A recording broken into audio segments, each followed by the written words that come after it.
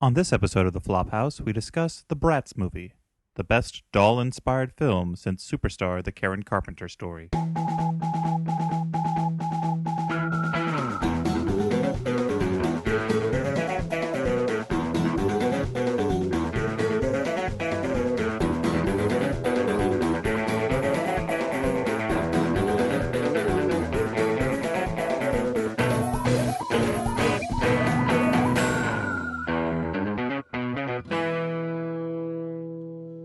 So, we've been having a lot of sort of soft intros recently. Let's do a little more stylish. Let's do a more hard intro. From the heart of Brooklyn, it's the Flophouse. I'm Dan McCoy. I'm Stuart Wellington. I'm Elliot Kalin. Yeah, almost professional. Yeah, booyah. So, Stuart. And then you abandoned the idea of a hard intro almost immediately. I like to keep things loose. I get afraid that people don't know who we are. Well, specifically our names. Is there anything you'd like to say for people who might be coming in for the first time off of the success of Gawker? The runaway success of your Ziggy thing on Gawker? Listen, I don't want to toot my own horn, but I made you guys. And, yeah. You did You talk can break us for if you need to. 10 minutes straight about your Ziggy movie idea.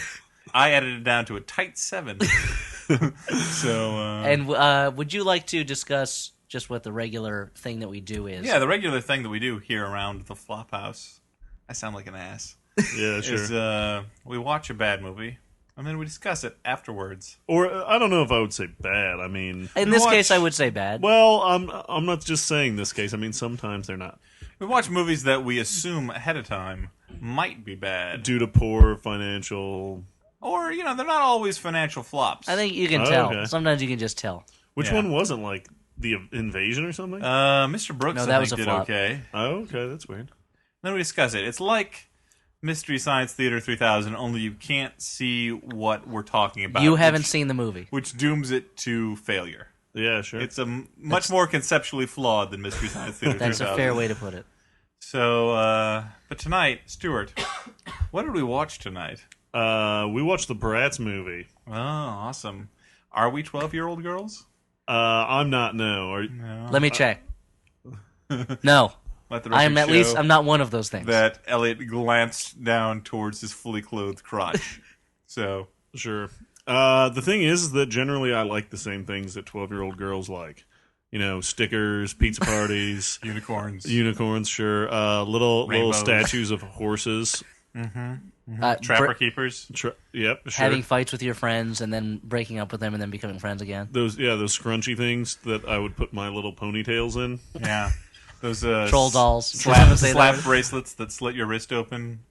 Now I'm just listing things from my own childhood. I would say that 12-year-old girls today don't really worry about slap bracelets all that much. Since they're busy, hyper-color shirts. since they're busy texting each other and going on the internet. Yeah. Well, if Bratz is to believe, every morning they wake up and they have simultaneous They teleconference. 4-way video phone conversations with their friends as they choose the clothes that they're going to wear that day. Yes. Wait, can you not do that with the internet? You think probably you can. can. They did have amazing video quality on their computers and Yeah. phones. Yeah, You have to admit. I don't I don't want to put the talk about Bratz that. down. I just Sure. don't imagine that your average teenage girl has the 4-way video. Wasn't there a poor brat? Wasn't one of the brats? Yeah, but she supposed to had be poor? she had the video cameras. There was Okay. one brat who was marginally. She was poor in the same way that I'm poor compared to like Donald Trump. Oh, that right. like I can't buy whatever I want all the time, but I get by. Sure. Yeah, it was a movie about brats. That's for what I sure. learned. Well, here's what we learned about Bratz. Let's see if we can figure out, because Bratz is kind of an amorphous concept to start with. Right. So we learned they get up in the morning instantly full of energy Yeah. and teleconference about the day to come.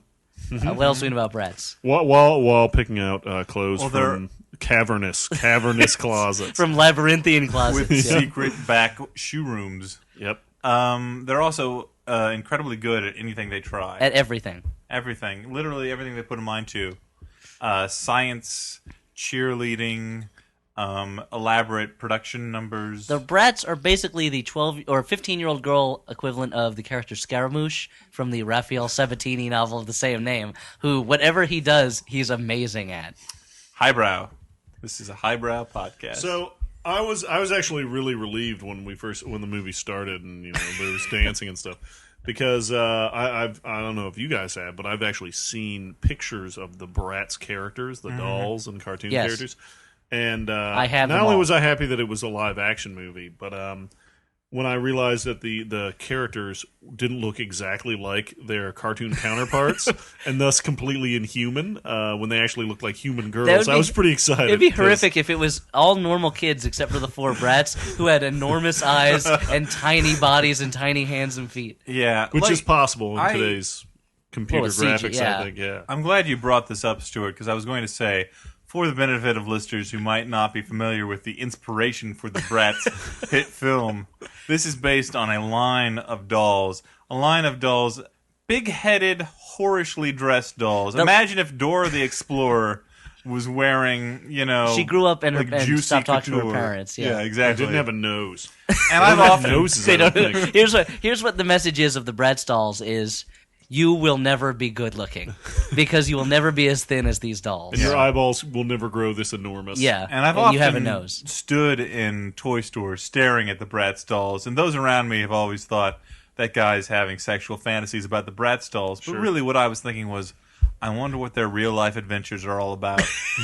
And this movie answered that question for me. This movie was finally. for you, is what you're saying. Well, I don't like to brag, but yeah. I don't know what that means in that context. Yeah, Bratz. I don't know.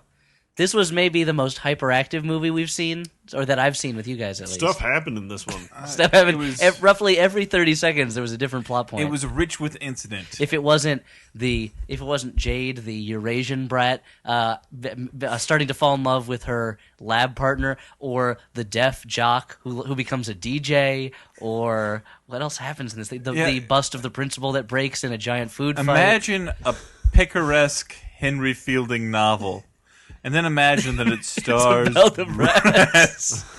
Then you would have a pretty good approximation of this, the plotting in this. Well, first let's talk about the individual Bratz, and I use individual lightly. I would say that they're basically a unit. Yes. However, there's the Caucasian brat, there's the black brat, there's the Asian brat, and there's the Hispanic brat. However, all of the minority brats are pretty Caucasian. There are the most Caucasian interracial group of brats you could imagine. I don't think the Hispanic brat was Hispanic. No, Yeah. I don't think I think her mom was Jewish. We didn't I'm pretty realize sure she of was that. Hispanic until her mom began blustering at her in Spanish. And then she walked into the kitchen and there was a mariachi band eating in her kitchen. Right. As if to say, listen, this is all we can do to prove to you that she's Hispanic. If you don't She's buy Hispanic, it now, okay? check it out. Why else would she have a mariachi band in her kitchen? That's just what happens in your average household. There's a mariachi band. We also love the Hispanic brat could sing. That was her talent. They can all sing, but she's the one that they tell is a good singer. And also she can do a magic trick where she pulls pieces of chocolate from behind her mother's ears, which astounds her mother. And never fails to amaze her mom. I don't never know got if any closure on that plot point. Is it a Hispanic stereotype to do magic tricks or to love chocolate? I don't know. Both. I guess I'm not enough of a racist to know this stuff. Luckily, I got that covered. We're gonna I'm the racist one of this gang. We're gonna spread completely apocryphal stereotypes. You know those Hispanics and all their chocolate? Asian brats love cookery. I'm glad You know that what you it's like- specified that it was exclusively the brat Asian people. South of the border, nothing but magic tricks. Yeah.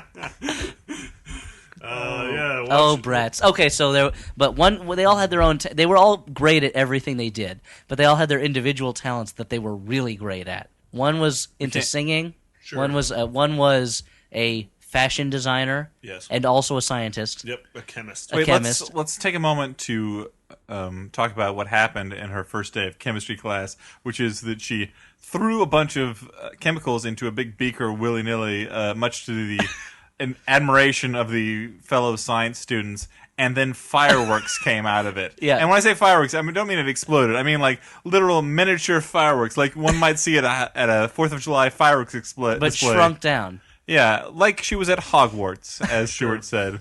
I did say that, actually. The weirdest part about it is that she did all this without any kind of teacher supervision. Apparently, there are no teachers at the school. There's no administration except Montessori for the school. one principal. Yeah, apparently. There is a fashion designer because, and here's in the, I guess, home ec class, but it's nothing but making clothing. She makes a dress for her fashion teacher. On her first day. On her first day, the teacher is dowdy, glasses, hair up, and all that.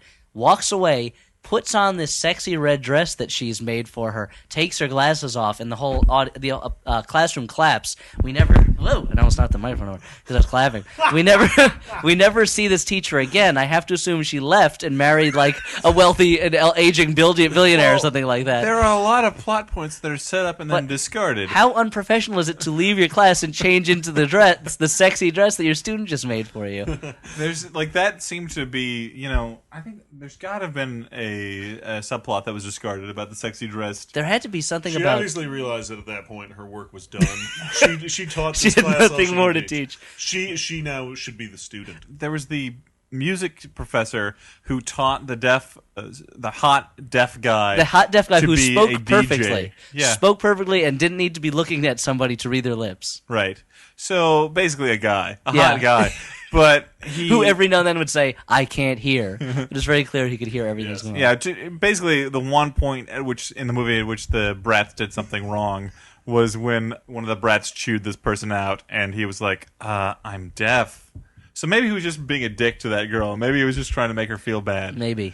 But he became a DJ at the tutelage of this music teacher, and that was completely abandoned. I don't think we heard he anything came more back of at that. the end of the big talent show, which we'll get to. Yeah. But apart from the music teacher and the fashion teacher and a couple security guards, there's really only one adult supervisor at the school. He is, of course, Principal Dimley, played by Academy Award winner John Voight. Played to a T. To a T by John Voight in a prosthetic nose. And this is a subplot I wish had been looked at more. Obviously, there's a lot of graft and resource wasting going on at the school because there's a sculpted bust of the current principal on the school grounds.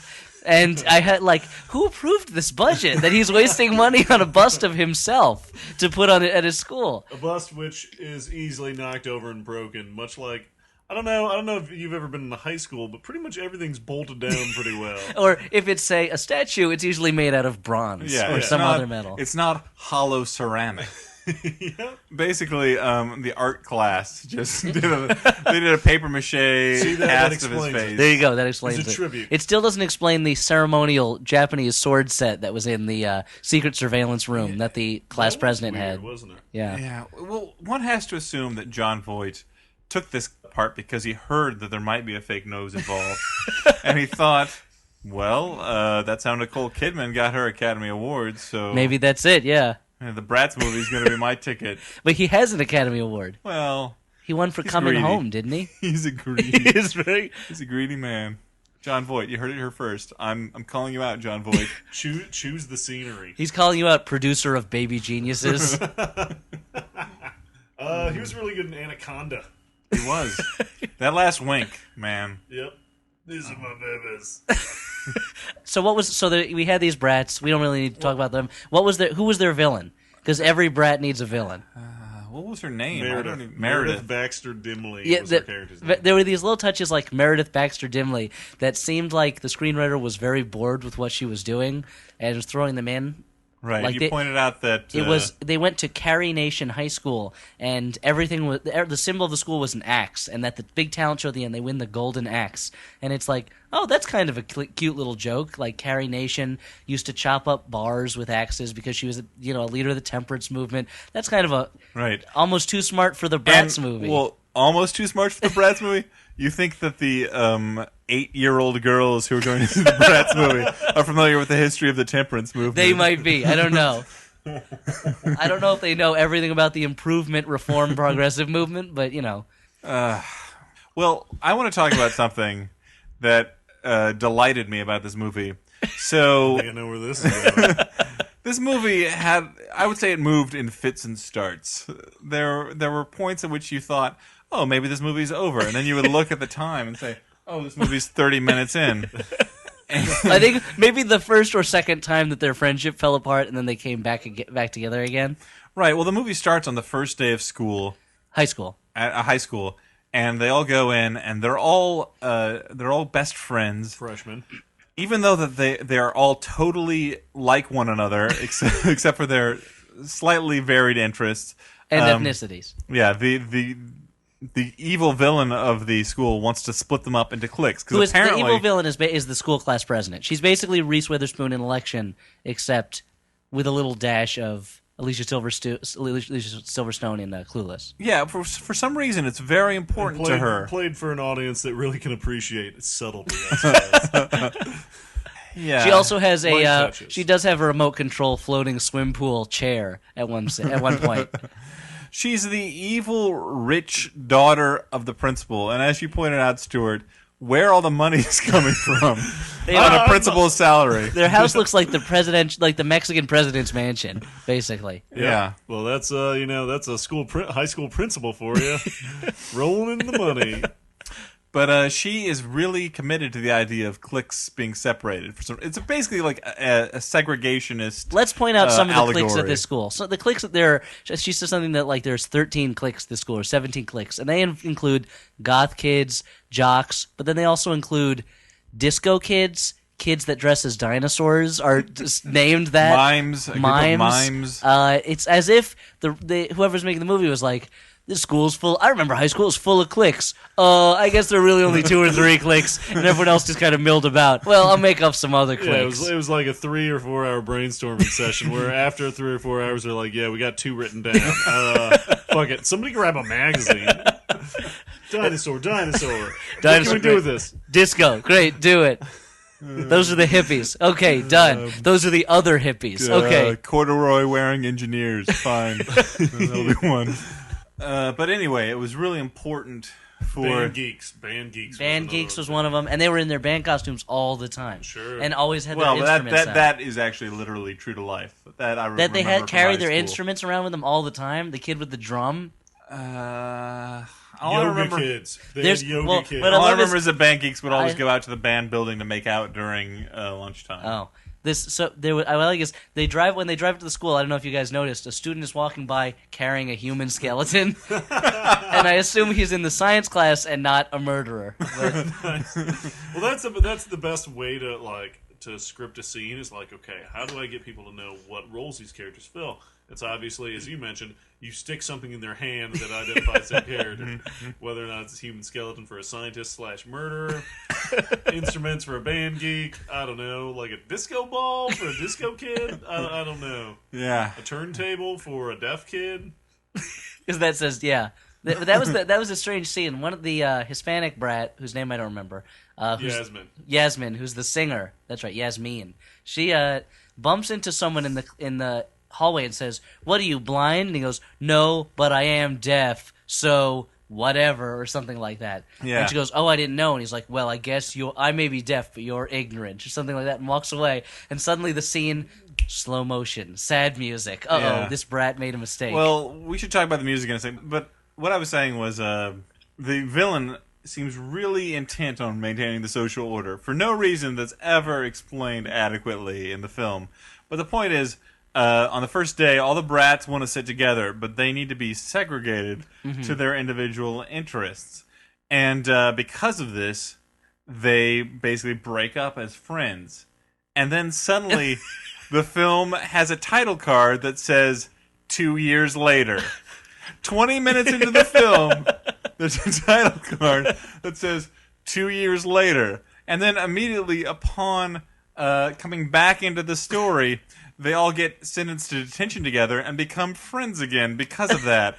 And literally, there's no reason why that couldn't all have happened in the same year. They also look exactly the same. They have the same interests, the same friends. Nothing about this is so. Let's say it's freshman year through what, junior year. So they're going roughly from like the age 14 to the age 16, let's say, or 13 to 15. Like that's a major. Those are 2 of the 2 most important years in a young American's developmental life. Sure. They would have changed mass. Was not the same person at 13 that I was at 15, but they have not changed at all. Nothing has happened. And then they become physical friends. Changes. No physical. Well, they have already gone through puberty before their first day of high school. Oh, okay. But they also different haircuts, maybe. Same haircuts. Oh, The weird. same haircuts. And the one girl's younger brother is also the same age that he Yeah. was 2 years before. Did he have a different haircut? They're all No, same obsessed haircut. with the same romantic interests. Who also look the same and have the same haircuts Yeah. and are with the same girls. These guys are in high school relationships that have lasted 2 or 3 years. Yeah, it seems like That's- they would take that's them a pretty lot more serious. seriously. Yeah, than they- except then they wouldn't just leave immediately when they see these attractive brats walking in. We should also note they go to detention because of a food fight they accidentally cause, in which massive fistfuls of pasta are thrown around. It looks someone It will was pick pasta up day, dude. someone picks up a plate and throws it, and then they'll cut to someone being hit in what looks like a confetti cannon's worth of pasta in the face. But it bears noting that the pasta is not the problem. The problem is that the brats accidentally. Although I do imagine the director in the scenes going, "Oh, we need more pasta. We're not getting across the food fightosity of this scene." But the brats accidentally smashed the bust of beschnozzed that's John right. Voight, and that's what lands them in detention. So are you imagining that they're like using like a weird machine, like the machine from Ernest Goes to Camp that fires out the eggs erroneous Yeah, at people? and to this fire fires out, pasta. It fires out pasta. Just sure. something, but only off camera. Like this is Okay. something you're not getting the They right didn't trajectory invent- on that yeah. pasta girl. One of the brats didn't invent No, the no, this machine. is something that they did, behind the scenes. Okay. We're still supposed to believe that the brats are throwing these huge mounds of pasta at people.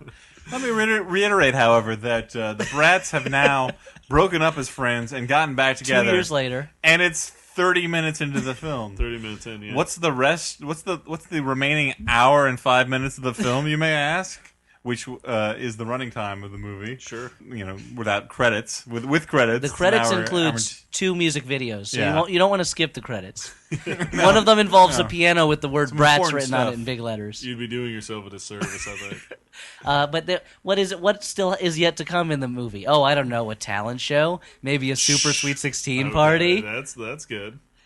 Don't talk about the talent show. Oh, sorry, I yet. won't get to that yet. Even though they mentioned the talent show roughly 25 minutes into the film, and then it dropped for a while.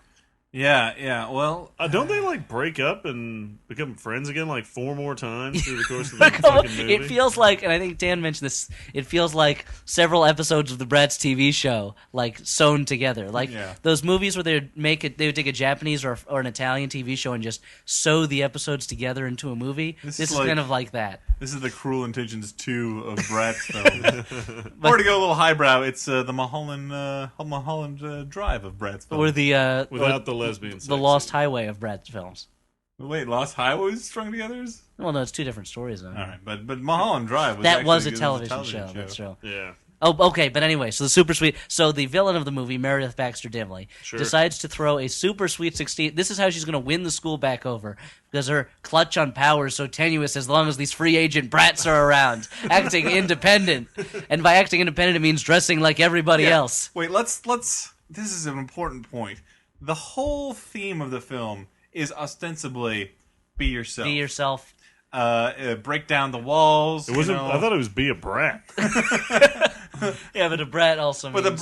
the brat's ethos is to break down the walls between cliques and to bring people together to see what's similar in people. They Oh, did. that would have made a lot more sense if they like explained that whole thing in a song. Yeah, well, they did several times Oh shit! as they walked down Main Street, is- USA to get to the clothing store. The 4 brats are 4 attractive teenage girls who are squarely within the mainstream of high school society. Yes, there's nothing about them that's particularly crazy or off-putting. Everybody likes them as soon as they meet them.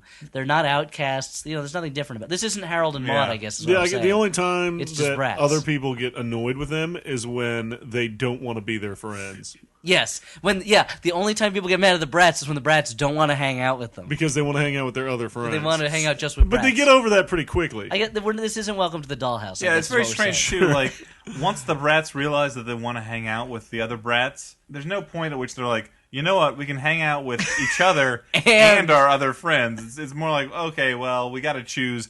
If we choose our own kind, and our own kind is brats. Maybe it's because I'm reading a book about the Old Testament right now, but it seems like there's a parallel here between the ancient Israelites. Either they kept together as a people and didn't intermarry, or they were put into exile in Babylon when the Babylonians took over the land of Canaan that had become Israel. And suddenly, the Israelites didn't get along anymore. They intermarried. They became part of Babylonian society until I think it was the prophet Ezra said, "Listen, guys, we got to get back to our roots." And then they became Israelites again and shut out the rest of modern society. I guess that's kind of what Bratz the movie is saying. Yeah, I believe that his direct quote is, "Hey guys, we gotta show off our gratitude," right? I think in the Torah it does. The Hebrew for gratitude is slightly different, but Sure. Yeah. gratitude. Also, they do invent the word gratitude. Yeah. As you would say, Stuart, this is a snobs versus snobs comedy. Yeah, exactly. There's no underdog in this No, film. there's an overdog and a slightly less overdog. Well, it's more like there's an overdog who's mean and overdog overdogs that people like. 4 slightly less that's overdogs the- even who when- together are more than a match. Even when the villain. Bratz are like getting along with people, they're molding them to be more like the Bratz. They're putting makeup on the nerds. They're Right. teaching the jocks math. They're like, it's not like their message is be yourself, but what they're actually doing is making sure everyone conforms to the Bratz ideal. Teaching them math, which I don't recall, but I don't think there was an actual math problem. No, was she teaching gives them. She's teaching Jade, the Asian one. Her name is Sure, Jade. yeah. She's teaching the football players math, and she says X plus Y plus Z over 3, and the answer is. And there's no way to solve that. Not an equation. That is impossible to An solve. equation implies an equal sign somewhere. You can't figure out what those letters are standing for if you have only 14. one number. It's 14, Elliot. It doesn't make sense. They could be anything. Although, if I recall, Stuart's right. It's 14. I believe- he has a beautiful mind. I believe at the end of that scene, there was a lot of football players high-fiving each other, Yeah, well, Elliot, so I think you're wrong. Well, she does She teach them- replaces all of the variables with real numbers. And then it becomes a It just 10-year-old's becomes- math It problem. becomes a number. Yeah, exactly. Yeah, that was dumb. Oh, but anyway, so Meredith Baxter Dimley has a tenuous grasp on power. These brats, will no one stop? Who will save me from these turbulent brats? That's what she shouts out. She decides this is how she's gonna get back her power. She's gonna throw the biggest Super Sweet 16 party ever. She's gonna invite MTV to cover it, and she's gonna rub it in the faces of everyone at school, and not invite the brats, but she's gonna show everyone at school how great she is. No, hold on. She's willing to invite the brats, but only if they conform That's to true. their If clique. they show up with their clique. And so the way she does this is apparently everyone in school is given a balloon that has a piece of paper with their clique's name inside it. So they pop their balloons and they're like, oh shit, all 4 of us brats aren't in the same clique. I guess we shouldn't go to this party. And then they're going to make a stand against Meredith Baxter Dimley. However, They can't, yeah. Yeah, I don't remember any of the this. poor brat's mom turns out to be the caterer for this party. Which she hardly, and this is a woman who her daughter comes home and her mom is asleep on the couch, and she says, "Oh no, I've got to cook all this food. Oh no, Mom, you're tired. Here, I'll take care of it. You sleep for a couple hours." So her mother's dealing with depression or alcoholism or something. Sure. This is a woman whose only job seems to be catering this one party, and that she's so tired that she cannot do it. Meanwhile, the 4 brats, who are geniuses at everything, They've managed to whip up. They cater an entire party, which once the party starts, it looks to have like 500 people at it. And they make a point of saying, "Us cook? You crazy," or something along those lines that teens would say. Heck, I even burn water. Yeah, that was the line. I even burn water. Yeah. You know what? And yet they're master chefs. Cooking isn't a skill, Elliot. You can just pick that up Apparently. within the course of a montage. So Oh, so many montages. Oh, okay, but here's the thing. So they cater it, but then not only do they have to cater it, they also have to fill in for the wait staff who couldn't show up. So the brats are not only at the party, but they're servants to their evil. also, the wait staff enemies. have to wear clown costumes because suddenly this is a Fellini film. Yeah, so you get the strange picture of the 4 brats in full clown makeup and costumes being told by Meredith Baxter Dimley, I guess, to serve the food properly and things like that. Oh, Yeah. and also Meredith Baxter Dimley has a smart aleck little sister. Yeah, That's true. Now the thing is, by including the whole clown theme, I guess her what party you was will. circus themed. Sure, and I think that only helped to cement that feeling, like I was watching "Don't Tell Mom the Babysitter's Dead," but with brats in it. This was the fashion show at the end of the. Yeah, it was a fashion show at the end with the boyfriend or love interest who I believe drove a circus themed. Oh, he was an ice cream truck, I think. Oh yeah, or a hot dog truck. something like that. I don't remember. All I remember was that no one was told in the end that the babysitter was dead. It's true. Yeah, so, don't tell mom the babysitter's dead. Christina Applegate, the dishes are done. Dude. So it's a circus-themed party. Sure. There are clowns and acrobats everywhere. Meredith Baxter Dimley comes in riding an elephant, which fails to impress the people at the party, but to be fair, it looks like a pretty boring party. Yeah. They're just sitting at tables, there's an elephant, that's about it. There's a juggler or two, I think. There are a couple jugglers, yeah, and there's a lot of people with giant conga drums. She got Cirque du Soleil to play the party, which, if you're a high schooler, that's pretty much the top. You want Cirque du Soleil to come in with their sort of whimsical, fey, French Canadianness and entertain you. And the party is being covered by MTV for their show, and you know this because there's one guy holding a DV cam with a T-shirt on that says MTV on it. It's apparently the entire crew behind that show. I want to point out that Meredith shames the Hispanic brat, Yes, and I really. This is after Meredith's musical number in which she sings about how great she is and how much better she is than everybody else. I feel bad referring to their brats by their ethnicities, but the thing is, that is literally the only thing that distinguishes them as characters in this film. And you will see how that is when I finish this. She shames this girl by showing a video of her singing La Cucaracha with her mom. A video that her brother, the brat's little brother, took on a cell phone. Which was by far the best fucking picture I've ever seen on a cell phone. Even when it's, as you mentioned, blown up and projected on the side of the house for everyone to see. Yeah, perfect. Crystal. Beautiful And, resolution. Yeah. La Cucaracha, I guess, was the only Spanish folk tune that they could think of.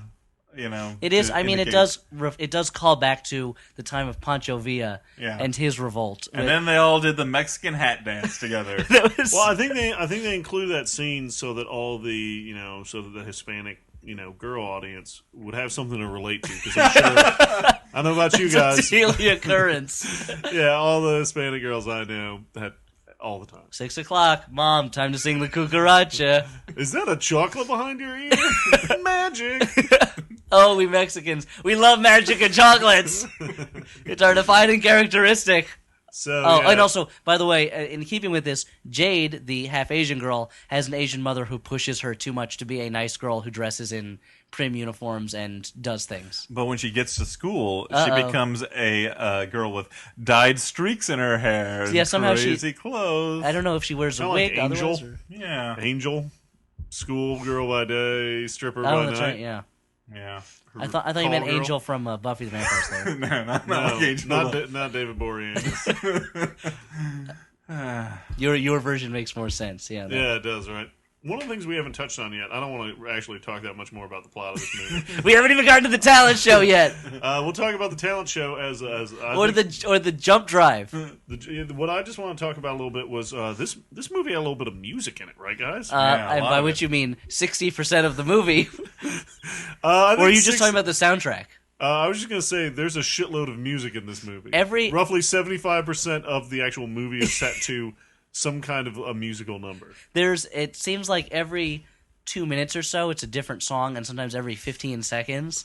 As soon as there's any sort of change in, even if two characters are having a conversation, and their conversation ends, and another conversation starts, music change. Yeah, any change in mood is accompanied by a change in mood music. And it's not just pop hits, too. It'll be opera, it'll be sort of like... Blue Danube at one point. Esquivel-style exotica. It was very strange. It was like the person who... It was like the soundtrack arranger had been given one of those Nickelodeon Toys R Us shopping sprees where they're like, you got 15 minutes to run through this record store and just pull CDs off the shelf, and then you got to score the movie with that. And it was like, Strauss, Esquivel, Wonderwall, and so forth. Just anything she could get her hands on. Yeah, and there was a lot of the use of that slow motion, then speed up with a whooshing noise camera effect. And multiple screens on screen at once. Yeah. Picture-in-picture, split screen. Very De Palma. Film. There's Robert Aldrich. There's a lot of style in this picture. Yeah, and the thing is, a really bad movie. Well, that's the thing. Like all this, all this style, all these music choices, all this stuff. Could you just think about what would have happened if it had all gone wrong? I mean, it's so lucky. Lucky this movie turned out to be a masterpiece. Yeah. It's something beautiful coming out of chaos. I Yeah, guess. it's like Johnny Greenwood's discordant score to "There Will Be Blood." It just perfectly works. This could have turned out to be a mess in which something new happens every 2 minutes, and the characters don't make sense, and you get dizzy. The only time the way I felt after watching this movie was the way I felt after I once drank too much water in a short amount of time, and I was logy, and my mind was reeling, and I feel drunk, but I'm not drunk. I've just drank a lot of water. I don't understand. Yeah, That's the Bratz. that's a sweet high, a water high. That's the Bratz for you. Well, we should move plot wise. I did want to say, Dan, if you ever title these episodes, you should call this one "Beat on the Bratz." Nice. I don't think that's fair when you see how this podcast turns out, how the review turns out. That's true. But so at the end, everything turns out all right. Though I don't want to leave the podcast listeners in suspense if Spoiler. they don't run out immediately. Spoiler alert. Spoiler: they win the talent show, and the poor one wins the college scholarship. Yeah, they win the talent show with an elaborately choreographed routine that involves several backup dancers and a full brass band. And a multimedia display, changing video, lights, people in the audience with placards. The only thing that would have made the conclusion of the film, I think, better, it would have sold it more, is if a guy showed up and was like, "I'm from MTV, and you guys are awesome. Here's a rep." Wait, Stuart, you must have been in the bathroom or something when that happened, because that happened. At the Holy shit! That sounds like a really good movie. A guy who we believe was played by the director of the film walks up. "I'm from MTV. We're having a movie premiere, and we want you to perform at it." Very, very, very M. Night Shyamalan. Where the director's like... Director playing himself, yeah. Or playing someone. There's Not only somebody, but somebody that's relatively important. I mean, he's shooting the moon to be like, "I'm president of MTV." It's I don't know why he didn't just descend and say, "I've come, I'm God. And you know what? Bratz, join me in heaven with the hosts." And so and then the Bratz, who have basically been on top, except for the 2-year span that we did not see them because in which you have to assume I assume eating disorders, date rape, terrible things. You have to assume that all of the drama in the film actually occurred during those 2 years that we didn't see. Come out on top once more, and then there are 2 music videos. And as I said to Elliot, this has got to be some sort of backdoor pilot for a Bratz concert tour or something. Obviously, this is kind of a prototype for Hannah Montana. It seems, where the idea is, this is a television show or it's a movie, but it's also kind of a commercial for albums and things like that. Yeah, it's kind of like Transformers or something. But that's the thing. It's also, this is what we all grew up with, which is we grew up with cartoon shows that were based on toy lines. And like He-Man was a 30-minute advertisement for a toy line, and that's exactly what this is. This is an hour and 40-minute long advertisement for the Bratz. The dolls or like the shoes? I think both, all of them.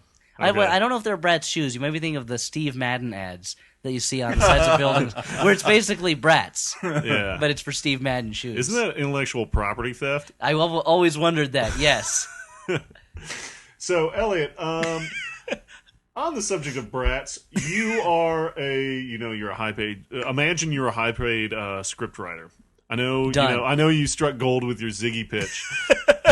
pitch me your Bratz. Elliot Kalin presents Bratz. The base on the toys. Sure, yeah. Okay, well, first of all, I don't want to do it with real-life actors. This is the opposite of Ziggy. Sure. Ziggy was a real-life actor playing Ziggy. In this, I want the Bratz. Let's say they live in Toyland. Sure. Sylvania. Or, let's call it the Bratz universe. Anytown, USA. Anytown, USA. And everyone there is like the Bratz. They have giant eyes, no noses. They're sexy in a weird Mike's Hard Underage Lemonade, way. NBC Predator Dateline kind of way. And they somehow, I don't know, show up in our world. They befriend a teenage girl who's kind of not very popular. A portal? Glasses, hair up. Maybe it's a magic thing. Maybe it's a portal. I don't know. I like magic. Okay, so it's some sort of magic. Maybe the Bratz universe and Earth are in conjunction only once every million years. The grand and conjunction. The portal There's an amulet. The portal is open for 72 hours. Okay. And they teach her how to be herself and be a beautiful girl, but there's a toy maker, a rich, evil toy maker in town who sees these brats, wants to make a line of toys based on them, kidnaps them, finds out they're alive. There's a whole universe of Bratz dolls. I'll enslave you all and sell you to the children. And then you'll steal from the children and give it to me. And the brats say, they probably talk in a high-pitched voice, and, the girl who helped them, she has to use her newfound popularity to get the kids together, overthrow the evil toy maker, and then gets those brats home before the portal closes. I'm telling you, Hollywood, you should steal Elliot's brain. I'm not encouraging Hollywood producers to come and, in the middle of the night, perform some sort of brain surgery, removing his brain from his body and putting it in some sort of Hollywood, hit-making machine. But if you were to do that... I don't think I would rather they didn't. I'd rather I know you would rather you just didn't. pay me money but, to do Hollywood producers, I think that would be probably a good idea. Are we talking like puppets? Well, I would imagine they would be either claymation or some sort of stop-motion animation. Okay. Something along the lines of the California Raisins or the fish in Life Aquatic, something like that. Yeah. But the humans would be real people. But you'd have these kind of stop-motion... So they wouldn't be puppets. No, they would be real. Okay. And then you'd have like puppet brats, stop-motion puppet brats. It would be all Okay. composites, green screens, things like that. You'd have to get a very talented young actress to play the girl, 'cause she's going to have to act to basically nothing. The brats won't be there. It's kind of an Indian in the cupboard type thing. Sure. Oh, my God. Well, look, a good before we idea. talk forever... Also, Tori Amos, original song on the soundtrack. Done. Brilliant. Just, Brilliant. give it a little cred. We should do our final judgments on this thing. So, if you haven't listened to the podcast before, there are three categories, three Flophouse categories. Is this a bad movie you would not recommend to anyone? Is this a bad movie that you would recommend as a bad movie, good for a few laughs, or a movie that you think actually is pretty good, secretly? So, I'm going to go to Stuart over here, because I think he's got his opinion lined up. Yeah, I think this is a bad movie that's fun as a bad movie. That's the second category, I think. Yeah. Because it's totally crazy and something new happens like every 10 minutes. So if you don't actually like paying that much attention, it seems like a lot of stuff's happening. No, I agree. I'm going to go with that, too. Like, we have watched a lot of movies that have been serious pain to watch, and I think they've made for good shows. I don't know whether this is a good show or not, but watching the movie, I had a great time. And particularly, I know we've ruined it for you as a podcast listener, but the first time 2 years later got thrown up there on the screen, I could not stop laughing. I think we said what the fuck like 10 times. 20 minutes into the film. Beautiful in its surprise. Jump ahead for 2 years, and ultimately it makes no difference. So that was beautiful. Thank you, Bratz, the movie. And I would also go for it, category 2. This is by no means a good movie. Let's just get that out of the way right there. It's a terrible movie. The message is abhorrent. Be yourself as long as you're beautiful and good at everything. But yeah, like watching it the whole time, it's like babysitting like a nephew who's like 4 years old and running around, and you're really tired after a day of work, and you're like, oh, I don't want to watch this kid anymore, and run around. He keeps doing different things that are really irritating. But then at the end of the night, you're so giddy from chasing this kid around that you're like, you know what? I'll babysit another time. So... No, you got me, Bratz. So, you got me, Bratz. got me. You won me over with your crappiness, but also with your energy. Oh, man, that's great. Usually at this point, we move from negativity to positivity, but this time it's going to be from positivity to positivity, since we all had such a good time Nothing but smiles. watching the Bratz movie. Believe me, I think I speak for all of us when I say I am immensely surprised that I had such a good time. The feel-good movie of the year. Rent it now. I knew as soon as I realized it was an animation that I was going to have a good time. So now's the time in the movie when we talk about recommendations. So I'm going to move over to Elliot first for this. Okay, well, since we watched a movie about young girls, Bratz, or the Bratz, I don't remember if it's Bratz or the Bratz, or Bratz the movie. It's Bratz TM. That's right. Every instance of Bratz has a trademark. It's simply Bratz with, I believe there's a halo over the A. Why? I don't know. Because they love the Angels. Sure. They're big baseball fans. Sure. So another movie I saw recently for the first time, which I had been meaning to see for a while, also about young girls, called Picnic at Hanging Rock, which is the exact opposite of this in every way. It's a very deliberately paced, very kind of beautiful trance-like movie about, in the year 1900, a group of English girls at a boarding school in Australia go to this place, Hanging Rock, on a picnic, and three of them and their teacher disappear. No one knows where they are. They're lost. No one can find them. And the movie kind of follows what happens to everyone else as they grapple with the fact that basically the laws of reality, they don't come out and say this, but the laws of reality they've always depended on do not apply. There's something about Hanging Rock, there's something about the universe that they cannot answer. And it had this very kind of, I mean, what it struck me as was like kind of an Algernon Blackwood story, but he's not that, I mean, it's kind of an obscure reference. So if I'll say a little bit less obscure, it's like if H.P. Lovecraft wrote not stories about things with tentacles that scared people because they ate them and stuff like that, but wrote stories about kind of like ineffable mysteries in nature. The idea that these girls have all this bound up emotion that they can't let out because they're in this boarding school and it's the year 1900. They have to wear gloves until they're out of sight of townspeople at one point because it's just not proper. And there's something inside them that unlocks something in this rock and takes them, and everyone else has to deal with that and wonder about their own place and, you know, all that sort of thing. But it's really beautiful, and frankly, when I was a kid growing up, I used to see commercials for Zamfir, Master of the Pan Flute, all the time, and I was like, that's ridiculous. But he performed much of the soundtrack. Well, much of the soundtrack is Zamfir songs, and the whole time I was like, this is perfect. This is beautiful, haunting music. So I guess I was wrong to laugh at you, Zamfir, So, Master of the Romanian Pan Run Flute. out and rent Bratz and buy the best of Zamfir. No, but the two of them would make an interesting double feature because one is about, like, they're both about young girls who are kind of like bursting out, you know, to let their true selves show. But one is this kind of emotionally scary thing, and the other is Bratz the movie. So, you know. Well, since I went on vacation recently, I think I should talk about the two films that I saw on the plane out to San Francisco and back from San Francisco because, frankly, I didn't have time to see a lot of movies because I was on vacation. So on my way there, I saw The Golden Compass, or I should say I saw the beginning of The Golden Compass. And I would recommend The Golden Compass as an airplane movie because it put me right to sleep. Like I had a great time watching it and waking up and realizing that a large part of my 7-hour plane trip was almost over. Because, you know what? I mean, I read the Golden Compass books and I enjoyed them.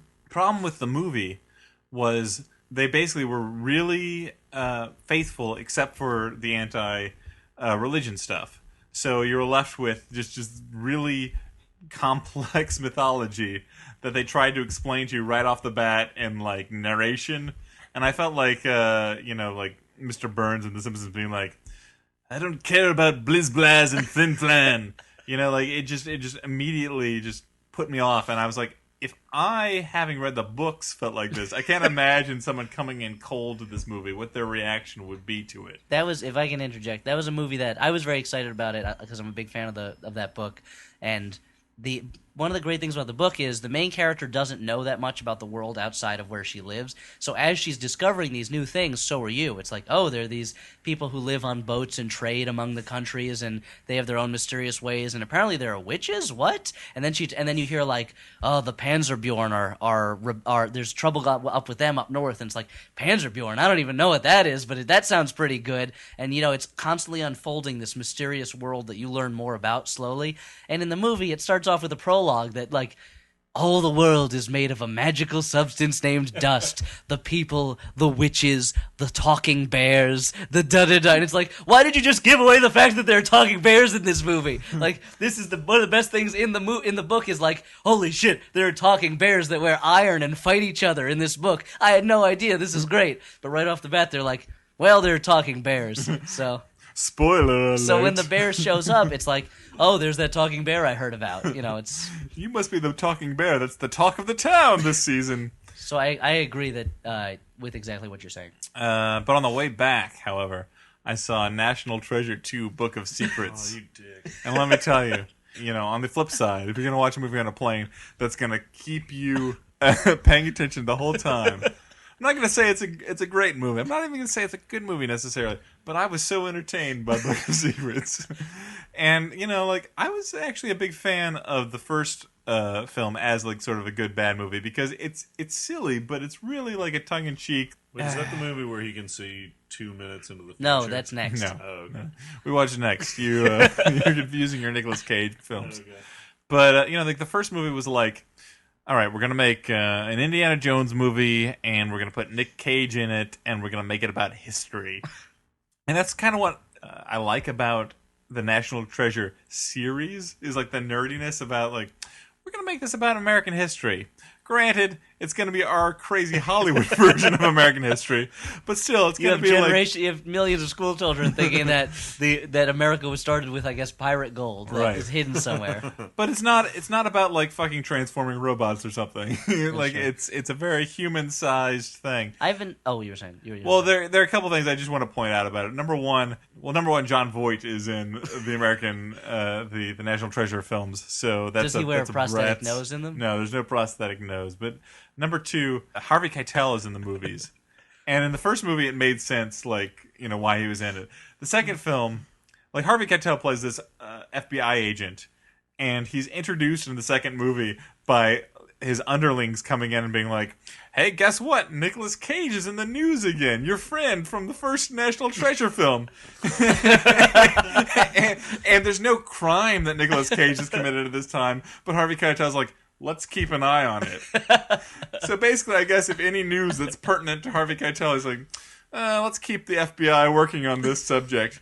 And it doesn't make any sense because like later on he's brought into the story in a much more logical way. But I guess they felt like they needed to remind people like, hey, Harvey Keitel was in the last movie and he's gonna be in this one.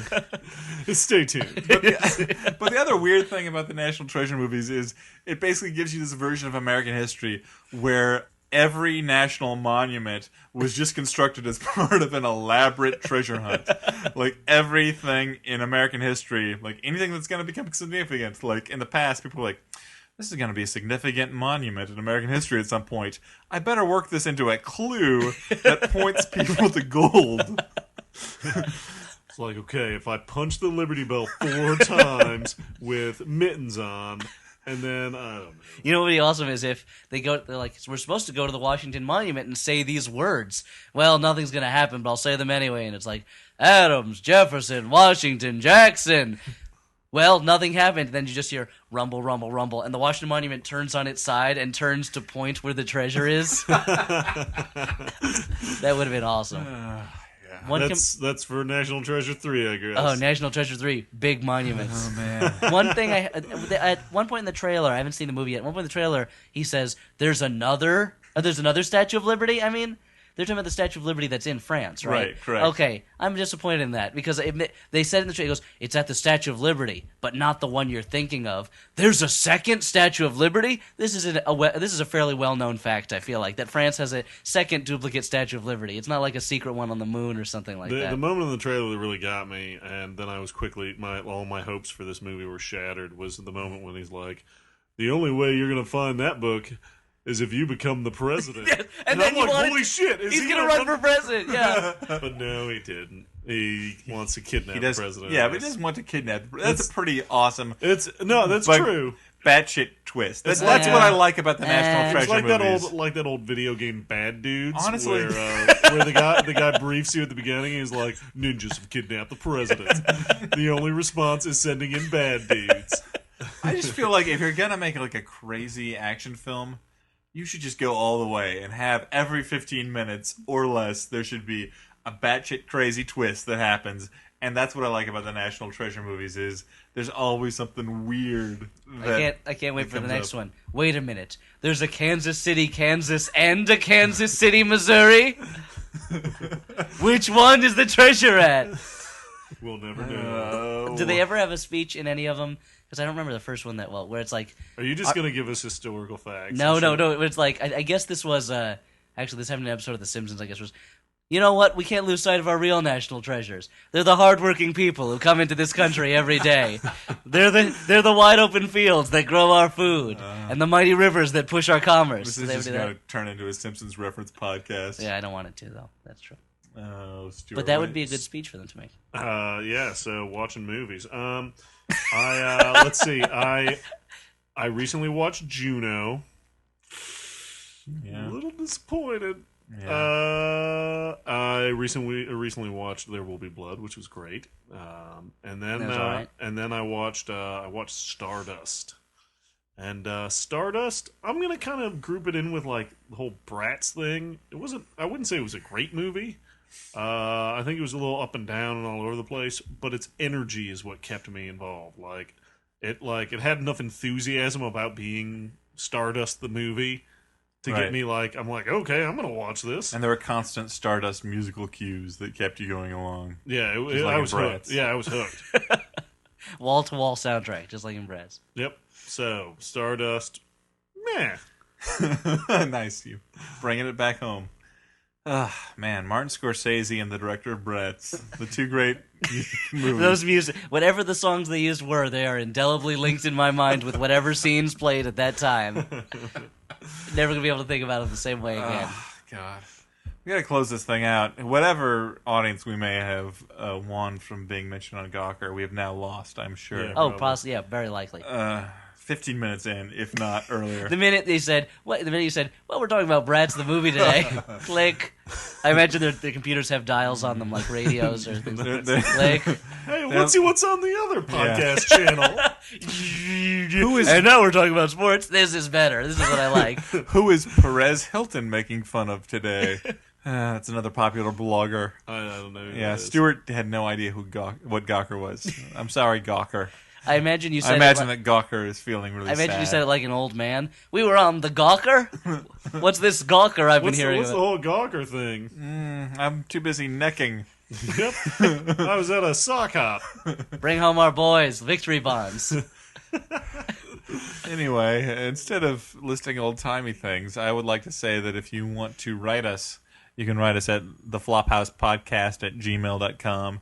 And if you want to go to our website, it's theflophousepodcast.blogspot.com. And that has links to a lot of things, including Podcast Alley, where you can vote for us. We were as high as the 33rd humor podcast in April. Nice. So we're moving up in the world. I mean, I think that's totally we've gamed the system, and that's an inaccurate count. I've set up a program on my computer that votes every hour on the hour. Sure. I don't understand. What's the problem? It's like a war game sort of thing. Yeah, well, because it's trying to blow up the country. But we still appreciate that.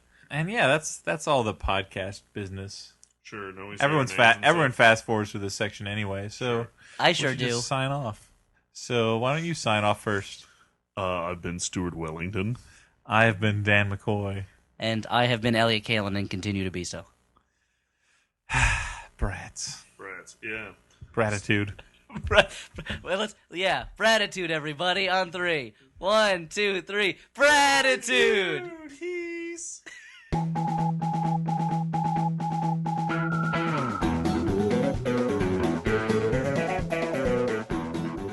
Gratitude, gratitude, Jade, Bratz. Chloe. Bratz. I love Bratz. I did it with a brat. Check. Check. It's going. The worst part about this podcast is going to be the moment when we have to recommend something. Since, well, I haven't been. It's going to be the worst part, other than talking about the Bratz movie. If you start, I'm going to take everything down. Stay here. Taking it down for the Bratz movie.